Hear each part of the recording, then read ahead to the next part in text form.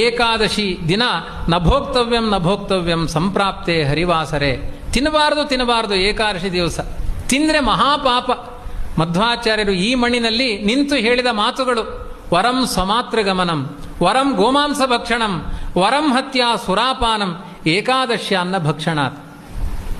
ಏಕಾದಶಿ ತಿನ್ನುವುದರ ಬದಲು ಮಾಂಸ ತಿನ್ನಿ, ಗೋಮಾಂಸ ಕಡಿಮೆ ಪಾಪ ಅಂತ ಹೇಳಿದ್ದಾರೆ.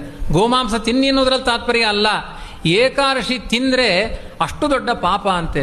ಕುಡಿಯುವ ನೀರು ನಾಯಿ ಮೂತ್ರಕ್ಕೆ ಸಮಾನವಾಗುತ್ತಂತೆ. ಅದು ಕುಡಿಬೇಕಾದ್ರೆ ನೆನಪು ಮಾಡಿಕೊಳ್ಳಿ, ಇವಾಗ ಮಾತ್ರ ಅಲ್ಲ. ಆದ್ದರಿಂದ ಮಹಾ ಅಪರಾಧ.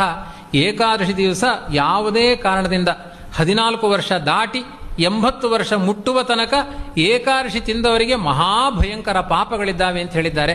ಯಾರು ಏಕಾದಶಿ ಉಪವಾಸ ಮಾಡ್ತಾರೆ 15 ದಿನ ಮಾಡಿದ ದೇಹಜನಿತವಾದ ಎಲ್ಲ ಪಾಪಗಳು ಕೂಡ ಭಸ್ಮೀಭವತಿ ರಾಜೇಂದ್ರ, ಎಲ್ಲ ಬರ್ನಾಗಿ ಹೋಗುತ್ತಂತೆ.